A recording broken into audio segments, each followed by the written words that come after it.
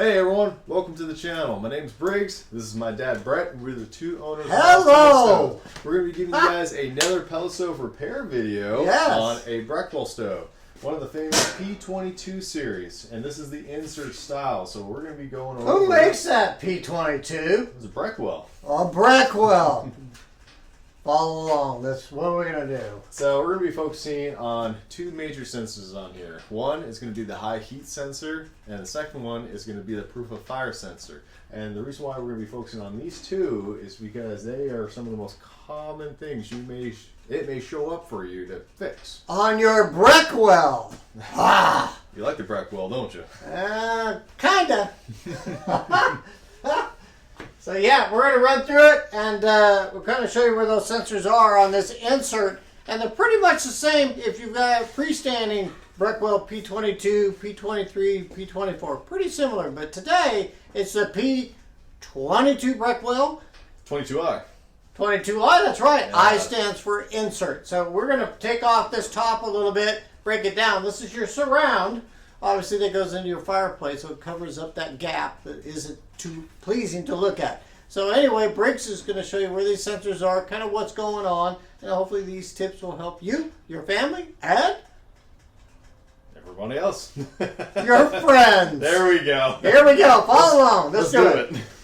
Okay, friends. Here we go. As usual, just remember to unplug your stove prior to doing any work on it. Feel uncomfortable? Call Briggs and I if you're local.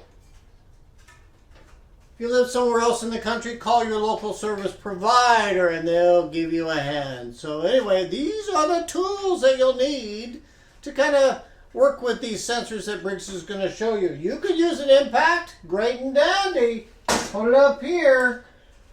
A Phillips adapter, boom. 5/16, boom. Or old-fashioned, nothing wrong with this. This is a ratchet 5/16, boom. And a regular Phillips screwdriver. That's all you'll need. Follow along with us. We're going to have some fun. And again, Briggs, we are on the pellet stove train.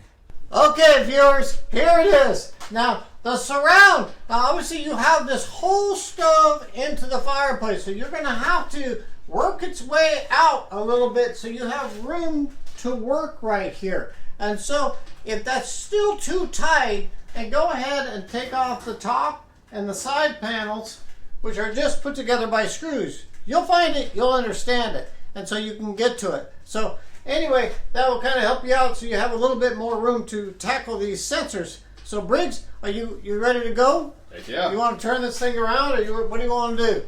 Yeah, Let's just turn it around. Yeah, you got it, man. Let's just turn it around. So this is a lot easier to do it here in the workshop than it is at home, but this is the back view. And there you go. And there's the tools. Ready, Briggs? Let's go! And here we go! Alright, let's do it. So, facing the stove on the right side near the exhaust motor, you're going to find your first switch. This one right here on your exhaust motor, the snail cam shell, this is the proof of fire switch. All this is held up is by two Phillips screws and it's connected by two wires here. So first, let's take off these wires, and when you do it, you just want to be careful because sometimes these plastic pieces can get a little brittle just because of the heat. We're going to put those off to the side, and now we're going to start tackling those screws. So we'll start taking off this left. This one right there. That's a real nice view there. You know, Briggs, there we go. Perfect. Our viewers can actually see the dirt accumulation in the back of the pellet stove, and this is reality, folks. Like Briggs and I always show you, this isn't pretty clean like a showroom, so you will get some dirt and dander, etc. So anyway, there's the switch. So real quick, this is your proof of fire switch. Taking it out, all right there. We're going to set that to the side. Now we're going to be tackling the other switch. The other one is on the other side of the stove. It's on the left side facing forward. Side where the control board is. So right here, I'm going to reach over and grab the flashlight. So right here, this is your high heat sensor. This is your fail-safe sensor. So basically, if your stove overheats, this is the one that protects your stove and shuts down everything if things get way out of wire. So you want to make sure this one is good and healthy. If this thing is not working right, your stove isn't going to work right, and it's going to start shutting down prematurely or just won't let it run fully. So same thing as the other one. You'll have 2 wires you'll take off, just as so. And then I'm going to switch over to our 5/16. I'm going to start taking this apart, just as so. Now, Briggs, you can use the old-fashioned ratchet, right? Of course. And there you go. Your sensor's out. And it's okay if it falls a little bit. It's a little light piece. But right here, you can see the difference in size. I'm going to bring it over here. And there you have it. Are you having a good time? Yeah. I'm having a great time. All right, buddy. Tell them it's on you. So real quick, so with these sensors, let's talk about them a little bit. So this is the proof of fire sensor. This is the one that will detect if the stove has flames. So you got your startup sequence going, and when the stove gets hot enough, this will tell the control board being like, hey, we got fire, and it'll continue on to its sequence. Kind of the same with the opposite. Once you shut down your stove and it starts cooling down and the fire goes out, this will also tell the stove like, hey, we're fully out, it's cold, you can now fully shut down, like all the fans and such. This one, your high heat sensor, again, like I said earlier, this is your fail-safe. So if things get way out of whack with your stove, it's burning really, really hot to higher than temperatures than what your pellet stove should be burning at. This will tell the stove like, hey, things aren't going right, go into shutdown mode. So it doesn't turn off completely, it goes into a shutdown, an emergency shutdown. It's not going to be feed pellets anymore. It's going to basically burn out the fire that's already in there and have it cool down. And so this right here is a good sensor to, well, it's a good sensor that all pellet stoves essentially have. Kind of just, well, saves you back. Anyway, so real quick, what our recommendations for you guys on these sensors is essentially, hey, have them both on hand. These sensors don't run that much money, actually. They're widely available. It's always good to have a spare of each one of these. And so when you have a problem with your stove, saying it's kind of doing a little bit sporadic stuff, saying, hey, it starts up and then shuts down, or it's shutting down at inopportune times, more than likely it's one of these guys. So that's why we say get both, because if you only buy one, swap it out, think everything's fine, you have the same issue, well, then you got to make another order, you got to wait longer, you have colder days still. So that's why we say, hey, buy both, change one out, see if that's it. If it is, great. If it's not, hey, change the other one out, save the other, vice versa, either way. Or you could just change them both out. But just right there is our recommendation, just to save you guys time, some money, and overall just a little bit of headache. So hopefully that helps. All right, switching it up today. You're up. You ready to put some stuff in? I don't know. I don't have my eyeglasses on. But we're going to give this a shot. So Briggs wants me to put back in the low limit proof of fire sensor. And so these screws are Phillips and they're super small. So anyway, I'm going to see if I can get it in there. This is a topical sensor, meaning that it goes onto the top of the exhaust housing. Some of them protrude in, but this is a topical one and it's just fine. So anyway, I'm going to see if I can do this. Briggs has got this thing going. Don't get too bored with me, folks. I'm trying to find, okay, here we go. Here we go. Here we go.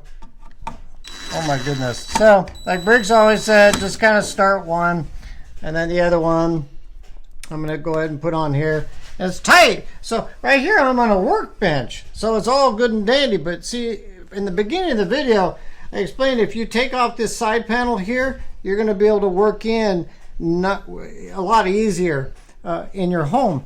So, here, I'm going to go, just line up the hole here and see, oh my goodness, Briggs. So just gingerly go in. You don't have to like torque the crap out of it. Just go in, just nice, snug and tight. And then, here's your wiring. A lot of people say, well, does it matter? No, it doesn't matter. Just hook them back up, either which way. Just make sure it's a good, tight, snug. Did I get it on there right? Yeah, I did. So just put it on like that. Just make sure that that contacts in nicely. You have your stove unplugged so you're not going to get shocked. And so that one's done. And so anyway, low limit, proof of fire sensor there. And then follow me. We're going to go to the other side. Nicely done. One down. Oh my gosh, I hope I get this. You got your flashlight all set. Yeah, I'm ready. I tell you. So we do a 5/16. And so this sensor here, this is the bigger model. And a lot of the older Breckwells, most all of them were this big as far as these snap discs goes. So anyway, I can start.